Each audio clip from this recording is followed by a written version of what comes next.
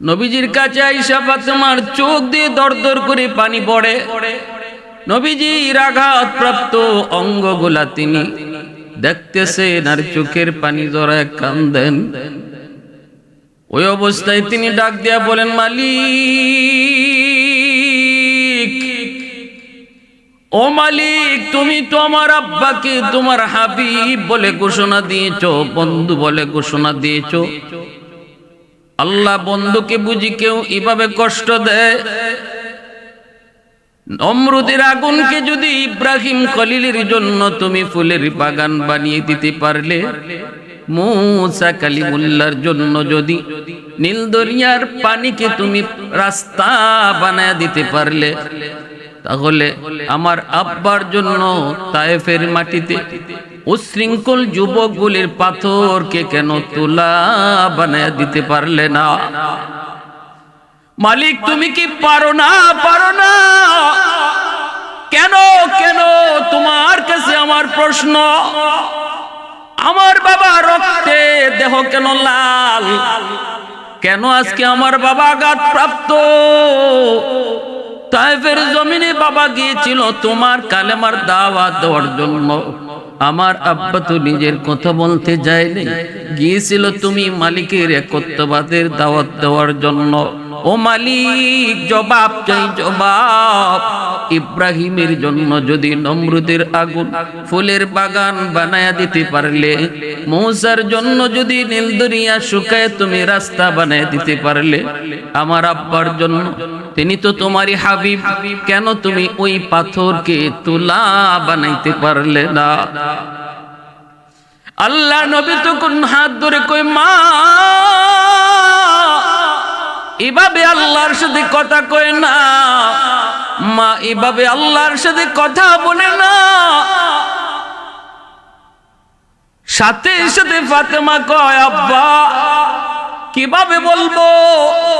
বাবা গো, মন রে বুঝাইতে পারি না, তুমি তো আমার আব্বু, আমি তো তোমার মেয়ে, কেমন করে আমি তোমার এই আঘাত সহ্য করব? ও বাবা, বাবার দরদ তুমি কি বুঝো? তুমি তো বাবার দরদ বুঝো না, জন্মের আগেই বাবা হারাইছো। আর তোমার আল্লাহ তো বাবাই নাই, তোমার আল্লাহর তো মাও নাই। ও বাবা, তুমিও তো বাবার দরদ বুঝো না, তোমার আল্লাহ তো বাপ মা নাই, বাপ মার দরদ কেমন বুঝবে? দরদ তো বুঝে ফাতেমা, কারণ ফাতেমার বাবার এই অবস্থা ফাতেমা নিজের চোখে দেখতেছে। কেমন করে সইব বাবা গো, কেমন করে সইব? নবীজির চোখ থেকে দরদর করে পানি পড়ে, ফাতেমা কান্দে। নবীজি আবারও আদর করে কয়, মা, এইভাবে কইস না, মা, এইভাবে কয় না, এইভাবে কয় না। ফাতেমা তখন চোখের পানি মুছেন, পানিটা গরম করেন। নবীজির আঘাতপ্রাপ্ত জায়গাগুলি গরম পানি দিয়া কাপড় ভিজে ভিজে ফাতেমা তিনি চেক দিতেছেন। আল্লাহর নবী কিছুটা আরাম পান, আরাম পান। ফাতেমা বীর আল্লাহর কাছে কান্দে আর কই, মালিক, ও মালিক, তুমি রাগ করো না, আল্লাহ তুমি আমার উপর গোসা করো না। আল্লাহ, মনরে বুঝাইতে পারি নাই, আমার এভাবে কথা বলা উচিত হয় নাই। আল্লাহ, তুমি আমাকে ক্ষমা করো। আল্লাহ, তুমি আমার আব্বারে তুমি আরাম দাও। এই বলে যখন তিনি সেবা করতেছেন, নবীজির মাথা মুবারক খাতুনে জান্নাতের কুলের মধ্যে নবীজি আরাম পাইতেছেন। খাতুনে জান্নাত তিনি আরাম দিতেছেন, সেবা করতেছেন। এর ভিতরে দু জাহানের বাদশা রাহমাতুল লিল আলামিন নবীজির ঘুম এসে গেল। আল্লাহর নবী একটু আরাম পাওয়ার কারণে ঘুম এসে গেল। নবীজি চোখ লাগা মাত্রই স্বপ্নে দেখেন নবীজির মাথার পাশে দুঃখিনী মা আমেনা বসা আছেন গো, আর নবী তার মায়ের কোলেই মাথাটা রেখে আছেন। মা আমেনা নবীকে সেবা করতেছেন, সান্ত্বনা দিতেছেন। মূলত নবীজি মাথা রাখছেন কলিজার টুকরা মেয়ে ফাতেমার কোলে, কিন্তু স্বপ্নে দেখেন, স্বপ্ন যুগে মা আমেনা তিনি নবী মাথাটা কুলে রাইকা সেবা করেন। ওই অবস্থায় নবীজি সাথে সাথে মাকে পেয়ে আর দেরি করলেন না, সাথে সাথে মার হাতটা ধইরা বলতেছেন, মা গো, ও মা, 6 বছর বয়সে তোমাকে মক্কা মদিনার রাস্তা আবওয়া নামক জায়গায় হারাইছি। সেদিন থেকে আর কোনোদিন মা বলে ডাকতে পারি নাই। মা গো মা, সেদিন থেকে আমি আর কোনোদিন মা বলে ডাকতে পারি নাই। মা, আজ অনেক দিন পরে তোমাকে পেয়েছি, আজ আমি তোমাকে যেতে দেব না। মায়ার নবী, দয়ার নবী এতিম, জন্মের আগে নবী বাবা হারাইছেন, 6 বছর বয়সে মাকে হারাইছেন। আব্বু আব্বু বলে ডাকেন, মা আমার আব্বু কই? কত বাবা তার সন্তান কি কপালে চুমু দেয়, আদর করে। এই দৃশ্যগুলি যখন আমি দেখি গো, আমি আর নিজেকে সামলায় রাখতে পারি না। অঝোর দ্বারায় চোখে অশ্রু ঝরে, শুধু চিন্তা করি, আজ যদি আমার আব্বা দুনিয়ায় থাকতেন, আমার আব্বা তো আমাকে এইভাবে আদর করতেন। মা, আমার আব্বা কোথায়, আব্বা কোথায়? নবীজির আম্মা তখন নবীজির দাদা আব্দুল মুত্তালিবকে বলতেছেন, বাবা গো, আপনার নাতি শুধু আব্বা আব্বা করে। নবীজির দাদা আব্দুল মুত্তালিব তখন বলতেছেন, মারি যাও, আমার নাতিটাকে লইয়া মদিনায় যাও, যেখানে বাবার কবর, কবর কেন অন্তত দেখায় নিয়ে আসো। নবীজির আম্মা রওনা দিয়া দিছেন, সাথে নিছেন উম্মে আয়মন বাদিকে। মদিনায় গেলেন, নবীজির বাবার কবর, আব্দুল্লাহর কবর। মা যখন আঙ্গুল দিয়ে ইশারা দিয়ে দেখায় দেয়, বাবা মুহাম্মদ, এই যে তোমার আব্বুর কবর।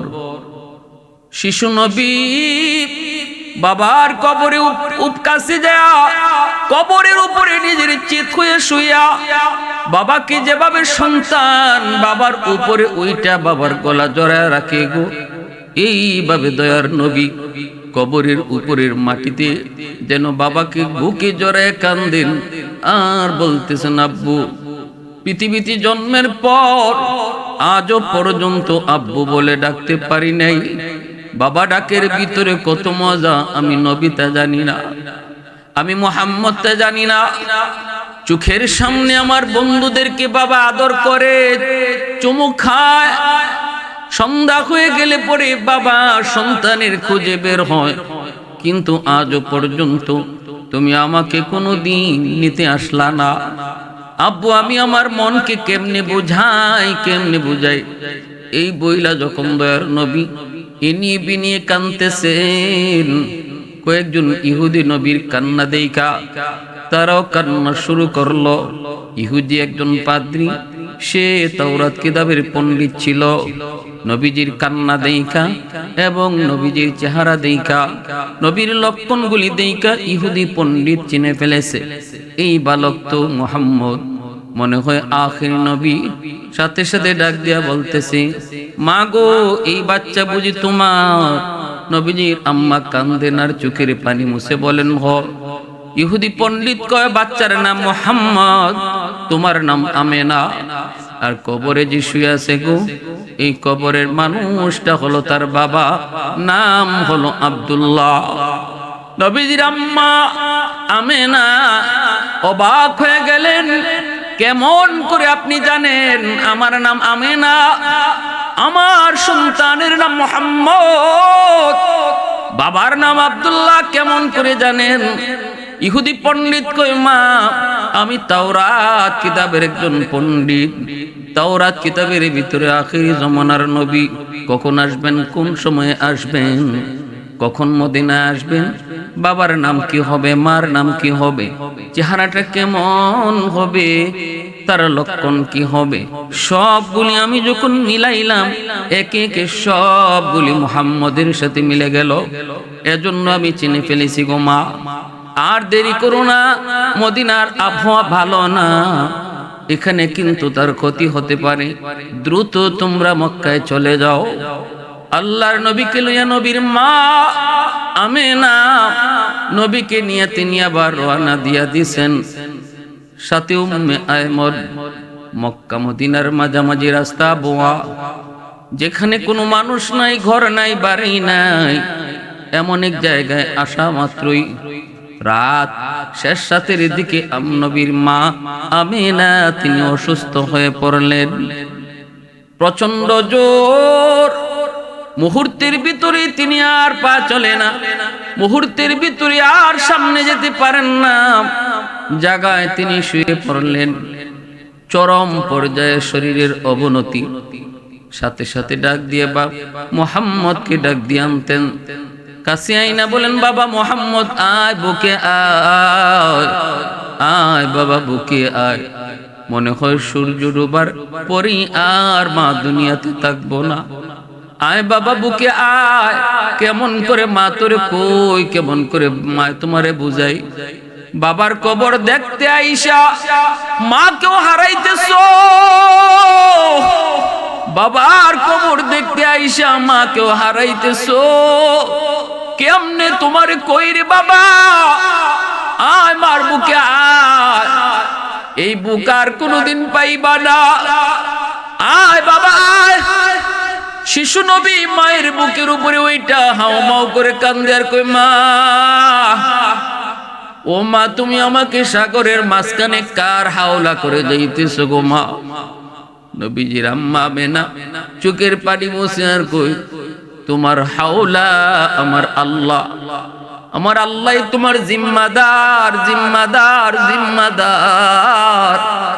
উম্মে আয়মনকে ডাক দিয়া কাছে আইনা উম্মে আয়মনের হাতটা নবীর হাতের লাগে মাঝে লাগাইয়া নবীজির আম্মা কাঁদতেছে আর কয়, উম্মে আয়মন, আজ থেকে আমার মুহাম্মদকে তুমি আমার মতোই দেখবা, আমার মতোই আদর করবা, যেন মার অভাবটা তোমার কাছ থেকে পূরণ হয়।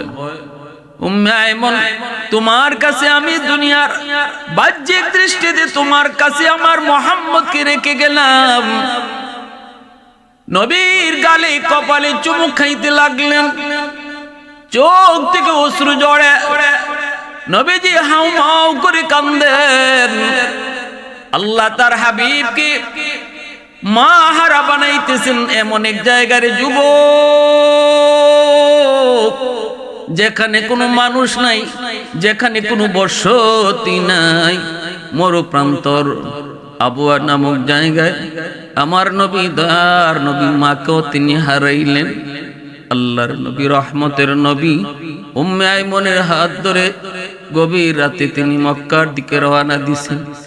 আবুয়া নামক জায়গায় মাকে কবর দিয়া শিশু নবী উম্মে আয়মনকে নিয়ে তিনি রওনা দিছেন মক্কার দিকে।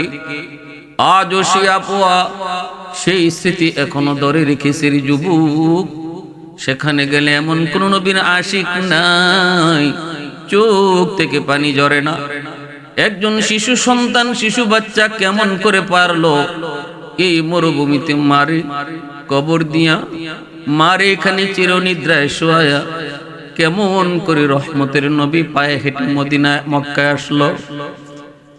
নবীজি এরপরে যতবার মদিনায় গিয়েছেন, ওই আবুয়া নামক জায়গায় গেলে পরে নবী সাহাবীদেরকে বলতেন, সাহাবীরা রে, কাফেলা একটু সময়ের জন্য থামাও। ওই যে আমার আম্মুর কবর, যেই মাকে আমি বাবার কবর দেখতে এসে হারাইছিলাম শিশুকালের সেই 6 বছর বয়সে, আমি আমার মার কবরের পাশে দাঁড়া একটু দোয়া করব। তোমরা আমার সাথে দোয়ার শরীক হইও। আমার কান্না দেখা তোমরা এভাবে হাউমা করে কান্দো না। নবীজি কবরখানা দেখা মাত্রই চোখ বেবে আল্লাহ নবীর অশ্রু ঝরতো। নবীজি কোটের পেট থেকে নাইমা কবরের সামনে দাঁড়ায় নবীজি অঝোর দাঁড়ায় কাঁদতেন আর দোয়া করতেন। আমার নবী মায়ের নবী 6 বছর বয়সে মা হারাইলেন। এরপরে রহমতের নবী আম্মা ডাকার দিতে পারেন না গো, কিন্তু নয়া মায়ার নবীর মা পাইছেন ফাতেমাকে। ফাতেমাকে নবী মা বলে ডাকতেন। কেন ডাকতেন, কি জন্য ডাকতেন? কারণ হলো রহমতের নবী, মায়ের নবী মার কাছ থেকে যে আদর সন্তান পায়, এই আদরটা, এই সোহাগটা, এই সান্ত্বনাটা, এই সেবাটা খাতুনে জান্নাত তিনি আমার মায়ার নবীকে করতেন। আম্মা জান খাদিজাতুল কুবরা রাদিয়াল্লাহু তাআলা আনহার ইন্তেকালের সময় নবী যেমন কান্দেন, ফাতেমাও কান্দেন। ফাতেমা চুঠো নবী যখন বারবার শুধু একই চিন্তা করে কাঁদতেছিলেন, চোখের পানি জরা। আমার খাদিজা যতদিন ছিল বেদিন বেঈমানরা আমার দিকে চোখ তুলে তাকাইতো না। খাদিজা আমাকে সান্ত্বনা দিত। কখনো যদি আক্রান্ত হয়েছি, খাদিজার সান্ত্বনা পেয়ে আমি শান্ত হতাম। আজ আমাকে কে সান্ত্বনা দিবে? আজ আমাকে কে সান্ত্বনা দিবে গো? তখনই ফাতেমা আমার নবীর মায়ার নবীর চোখের পানি মুইসা সান্ত্বনা দিয়ে বলতেন, বাবা গো, ও বাবা, ফাতেমা যতদিন আছে তোমাকে কোনোদিন কোনো অভাব বসতে দেব না। এজন্যই তায়েফের ময়দান থেকে রাসূল যখন রক্তাক্ত হয়ে মক্কায় ফিরেন, মায়ার নবী দয়ার নবীকে ওই ঘরের এই খাতুনে জান্নাত দরজা বন্ধ করে আল্লাহর সাথে বাতচিত শুরু করে দিলেন। আল্লাহ, তুমি কি পারো নাই গো আমার আব্বার জন্য ইব্রাহিমের মতো আগুনকে যেমন ফুলের বাগান বানাইছো, মূসার জন্য যেমন নীল দরিয়ার পানিকে তুমি রাস্তা বানায় দিছো, তুমি কি আমার আব্বার জন্য পারো নাই গো? ওই তায়েফের জমিনের উশৃঙ্খল যুবকগুলির পাথর, যেই পাথরটা আমার আব্বার দিকে মারছে, এই পাথরগুলি তুমি কি তুলা বানিয়ে দিতে পারো না? রাসূল যখন কয়, ফাতেমা এইভাবে কয় না, এইভাবে কয় না, এইভাবে কয় না রে মা। খাতুনে জান্নাত বলে, মা বাবা, ও বাবা, আমি বলবো না কেন? আমি তো মেয়ে, আমি তো বাবা পাইছি, তুমি তো বাবা পাও নাই। বাবার দরদ কেমনে বুঝবা? তোমার আল্লাহ কেমনে বাবার দরদ বুঝবেন? কারণ আল্লাহর তো মাও নাই, বাবাও নাই। কুল হুয়াল্লাহু আহাদ আল্লাহুস সামাদ লাম ইয়ালিদ ওয়া লাম ইউলাদ। আল্লাহ নিজের পরিচয় দিয়া কয়, আল্লাহ কারো বাপ নয়, কারো সন্তানও নয়। বাবা, আমি তো বাবা পেয়েছি, আমি তো বাবার দরদ বুঝবই, আমি তো বাবার কষ্ট বুঝবই। তখনই আমার নবী মায়ের নবীকে কোলে নিয়ে যখন তিনি এইভাবে সেবা করতেছেন, সেবা করতেছেন, সেবা করতেছেন, নবীজি আরাম পেয়ে নবীজির চোখ লেগে গেল। আল্লাহর নবী ঘুমিয়ে পড়লেন। চোখ লাগা মাত্রই তিনি স্বপ্নে দেখেন জনম দুঃখিনী মা আমেনা রাসূলকে কোলে নিয়া এইভাবেই তিনি আদর সোহাগ কইরা সেবা করতেছেন। আঘাতপ্রাপ্ত জায়গাগুলি তিনি সেবা করে দিতেছেন। আল্লাহ নবী স্বপ্নে মাকে পেয়ে হাত চাপ দিয়ে ধইরা বলতেছেন, মা গো, আর যেতে দিব না গো, আর তোমাকে যেতে দিব না। 6 বছর বয়সে আপুয়া নামক জায়গায় তোমাকে হারাইছি, আর আমি তোমারে যেতে দিব না গো মা। কইছিলা এতদিন, কইছিলা এতদিন, আর তোমাকে যেতে দিব না। এই বইলা নবী যখন ধরছেন, চিৎকার দিয়া যখন কইছেন মা, চিৎকার দিয়া যখন কইছেন মা, ঘুম ভেঙে গেল নবীজি। নবীজি ঘুম ভেঙে তাকায় দেখেন কলিজার টুকরা মেয়ে ফাতেমা, চোখ থেকে দর দর করে পানি পড়ে, কান্দেন। নবী জিজ্ঞেস করেন, ফাতেমা তুমি কান্দো কেন গো? ফাতেমা তখন বলতেছে, বাবা গো, তুমি স্বপ্নে কি দেখছো জানি না, কিন্তু মা কয়া চিৎকার দিয়া আমার হাতটা এইভাবে ধরছো। এই যে দেখো বাবা, এখনো আমার হাতটা তুমি ধরে রাখছো। রাসূল কয়, মা আয় বুকে, আয় বুকে। আমি তো স্বপ্নে আমার মা আমেনার হাত ধরেছি, বাস্তবে যখন তোমার হাত ধরলাম, চোখ খোলার পর যখন তোমার হাতে আমার হাত, তাহলে মারে আজ থেকে তুমি আমার মা আমেনার জায়গায়, আজ থেকে তুমি আমার মা আমেনার জায়গায়। মা যেই সেবাটা সন্তানকে করে, তুমিও আজ আমাকে ওই সেবাটাই দিতেছো। স্বপ্নে আমি যা দেখেছি বাস্তবতা ঘটলো। মা আজ থেকে তুই আমার মা, তুমি শুধু আমার মেয়ে না, আজ থেকে ফাতেমা আমার মা। রসুলের নবী, রসুলের কন্যা, খাতুনে জান্নাত ফাতেমা রাদিয়াল্লাহু তাআলা আনহা। এজন্যই নবীজি মা কইয়া ডাকতেন আর বলতেন ফাতেমা তু বিদআতুম মিন্নি, ফাতেমা আমার কলিজার টুকরা। ফাতেমার একজন বান্ধবী ছিল ইহুদি মেয়ে। ইহুদি মেয়ে বিয়ের আয়োজন করলো বাবা, অনেক বড় ধন সম্পদের মালিক বাবা। ইহুদি মেয়ের আয়োজন করলো বিয়ের, কিন্তু বান্ধবী বাবাকে সাফ জানায় দিল, বাবা আমার একজন বান্ধবী আছে, নাম হলো ফাতেমা। ফাতেমা যদি আমার বিয়েতে না আসে তাহলে আমি বিয়ে বসবো না, এই বিয়েতে আমি রাজি না। ইহুদি কই মারে কে সেই ফাতেমা? বান্ধবী কয় ফাতেমা হলো মুহাম্মাদুর রাসূলুল্লাহর মেয়ে। এই কথা বলতে ইহুদি কয় মারে মুহাম্মদ তো গরিব মানুষ, ফাতেমা সে তো গরিবের মেয়ে, কাপড় চোপড় তেমন দামি নয়। আমার আজকে অনুষ্ঠান হবে ভিআইপি ভিভিআইপি মানুষের জন্য, রাজা বাদশাদের ছেলেরা, রাজা বাদশারা আজকে আমার বিয়ের আয়োজনে এই অনুষ্ঠানে তারা হবে গেস্ট। তাদের শ্রেণীতে ফাতেমা যায় না।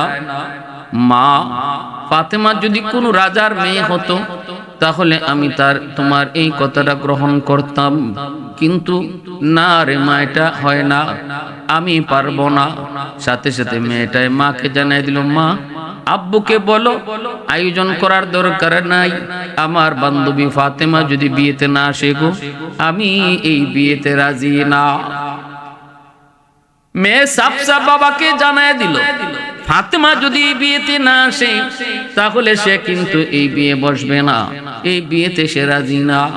পড়ছে বাবা বিপদে। তখন বাবা কয় মারি তাহলে একটা চিঠি লিখ, একটু দেখ তার বাপ দাদা অথবা ফরিদ দাদার মধ্যে কেউ রাজা বাদশা ছিল কিনা, এতটুকু যদি পাওয়া যায় তাহলে তো স্ট্যাটাসটা মিলবে, সমান থাকবে, শ্রেণী ঠিক থাকবে। চিঠিটা দেওয়ার পর নবীজির মেয়ে খাতুনে জান্নাত তখন ছোট্ট বালিকা, তিনি উত্তরে লিখলেন, বান্ধবী আমি মক্কায় একজন গরিবের ঘরে জন্মেছি, আমার আব্বার নাম মুহাম্মদ, আমার বাপদাদা কেউ রাজা বাদশা ছিল না, তবে আমার বংশ আরবের শ্রেষ্ঠ বংশ, সম্মানী বংশ। আর এতটুকু মনে রাখো, পৃথিবীতে যত রাজা বাদশার জন্ম হয় সকল রাজার রাজা যিনি, আসমানের মালিক, কুল কায়নাতের মালিক, সকল বাদশার বাদশা যিনি, তার বন্ধু হলেন আমার আব্বা। উলফত মে তেরি ওয়াইসি নে দান কো তোরা, বো বকর উমর নকশে কদম তেরা না ছোরা। उल्फत में तेरी वैसी ने दंदान को तूरा, बो बकर उमर नक्श कदम तेरा न छूरा। आयुशाक नबी वाकी असरार मदीना, सुल्तान का सुल्तान है सुल्तान मदीना, सरकार का सरकार है सरकार मदीना, गुलजार का गुलजार है गुलजार मदीना। अल्लाह ने मक्का ही में ये काबा बनाया, इस काबा का काबा तेरी मरकद को बनाया। अल्लाह ने मक्का ही में ये काबा बनाया, इस काबा का काबा तेरी मरकद को बनाया। ऐसा लम्हा जी चले जा राह मदीना, सुल्तान का सुल्तान है सुल्तान मदीना, सरकार का सरकार है सरकार मदीना, गुलजार का गुलजार है गुलजार मदीना। এইবার ইহুদি কয় না, তাহলে হবে না। মেয়ে সাপ সাপ জানায় দেয়, তাহলে আমিও বিয়ে বসবো না। পড়লো বিপদ। আল্লাহ নবী, রহমতের নবী, মায়ার নবীর কাছেও যখনই খবর চলে আসলো, সাথে সাথে জিব্রাইলে আমিন। ঘটনা তো আল্লাহ পাক সব দেখতেছেন, শুনতেছেন। আল্লাহ কয়, ফাতেমা গরিবের কাপড় পরে যাবে বিদায়। এই মানুষগুলা ইহুদি ফাতেমাকে বিয়েতে নিতে রাজি হয় না, দাওয়াত দিতে রাজি হয় না। জিব্রাইল, তুমি জান্নাত থেকে ফাতেমার জন্য 2টা কাপড়ের সেট তার জন্য নিয়ে যাও। জিব্রাইল আমিন জান্নাত থেকে 2 সেট কাপড় নিয়ে আসলেন। আল্লাহর নবী, রহমতের নবী, মায়ার নবী, দয়ার নবী যখন ফাতেমাকে বললেন, ফাতেমা কাপড়গুলা খোলো, প্যাকেটটা খোলো, জিব্রাইল জান্নাত থেকে তোমার জন্য কাপড় নিয়ে এসেছে।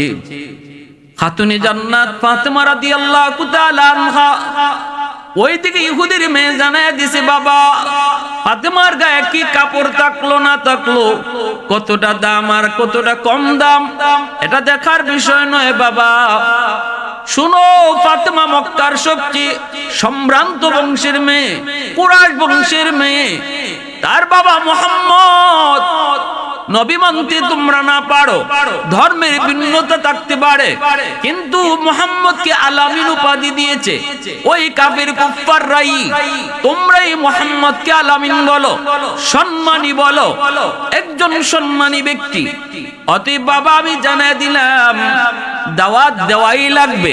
ফাতেমা কি কাপড় পরে আসলো সেটা দেখার বিষয় নয়, ফাতেমা না আসলে আমি বিয়ে বসবো না। শেষ পর্যন্ত জান্নাতি পোশাক তিনি পাইলেন। এই জান্নাতি পোশাক পইরা যখন বান্ধবীর বিয়ের আসরে তিনি ঢুকলেন, সবগুলি মানুষের কান খাড়া হয়ে গেছে। দুনিয়ার কাপড়ের সাথে কোনো মিল নাই। দুনিয়ার কাপড় এত সুন্দর হয় না, জান্নাতি কাপড় এত সুন্দর, এত সুন্দর, এত দামি, এত অলংকার সজ্জিত। সবার চোখ খারাপ হয়ে গেছে, কান খারাপ হয়ে গেছে, চোখগুলা বড় বড় হয়ে গেছে। বান্ধবীর কাছে যা বসলেন, শুধু কাপড়ের সৌন্দর্য নয়, এই কাপড় থেকে এমন এক খুশবু বের হইছে, গোটা এলাকা খুশবুতে মোহিত হয়ে গেল। বান্ধবী কাছে বইসা কয়, বান্ধবী এই কাপড় কোত্থেকে আনছো? সবাই তোমার পোশাকের দিকে তাকায়, পোশাকের দিকে সবাই তাকায়। কোন মার্কেট থেকে পোশাক আনছো সবাই তো জানতে চায়। খাতুনে জান্নাত কই, বান্ধবী এটা দুনিয়ার কোন মার্কেট নয়। এই পোশাকের সেলসম্যান হলেন জিব্রাইল, মালিক হলেন আল্লাহ, মার্কেটের নাম হলো জান্নাত। বান্ধবী কই, এই মার্কেটে কেমনে যেতে হয়? কই মার্কেটে যাওয়ার রাস্তা হলো সিরাতে মুস্তাকিম, একটা কালেমা পড়তে হয়, ওই কালেমা পড়লে পরে এই পথ পাওয়া যায়, এই পথ পাওয়া যায়। কই কোন সেই কালেমা একটু কও। সবাই তো কাপ্পা কাপড় দিকে, পোশাক দিকে পাগল। কও সেই মার্কেটে যাওয়ার রাস্তা কোনটা? কই মার্কেটে যাওয়ার রাস্তা হলো লা ইলাহা ইল্লাল্লাহু মুহাম্মাদুর রাসূলুল্লাহ আলাইহি ওয়াসাল্লাম। অধিকাংশ মানুষ এই কথা শুই না কালেমা পড়ে, ওই কথা শুই না সবাই অবাক হয়ে গেল, সবাই অবাক হয়ে গেল। আর বাবার বলে দেওয়া সেই কালেমা মেয়ের মুখ থেকে শুই না কালেমা পড়ে সবাই মুসলমান হলো। উপস্থিত মজলিসে অনেকেই কালেমা পড়ে মুসলমান হলো। ভাইরা, বন্ধুরা, রাসূলের কলিজার টুকরা মেয়ে খাতুনে জান্নাত, জান্নাতের সকল মহিলাদের সরদারিনী, রাসূল যাকে মা কয়ে ডাকতেন, রাসূল যার ব্যাপারে বলছেন ফাতেমাতু বিদআতুম মিন্নি, জান্নাতের সকল মহিলাদের সরদারিনী, যিনি পৃথিবীর 4 জন সুন্দরী নারীদের মধ্যে একজন, 4 জনের একজন হলেন হযরত ইব্রাহিম আলাইহিস সালামের প্রথম বিবি সারা আলাইহিস সালাম, পৃথিবীর যে চারজন সুন্দরী মহিলা ছিলেন, নারী ছিলেন, এর ভিতরে তিনি একজন। দ্বিতীয়জন হলেন হযরত মরিয়ম আলাইহিস সালাম, ঈসা আলাইহিস সালামের আম্মা। আরেকজন হলেন ফেরাউনের বিবি হযরত আসিয়া আলাইহিস সালাম, তিনি হলেন বিশ্ব সুন্দরী। চতুর্থ জন হলেন রাসূলের কলিজার টুকরা মেয়ে ফাতেমা রাদিয়াল্লাহু তাআলা আনহা। এত সুন্দর, সুন্দর শুধু চেহারা দেখতে সুন্দর নয়, সুন্দর মাপ করা হয় চারিত্রিক দিক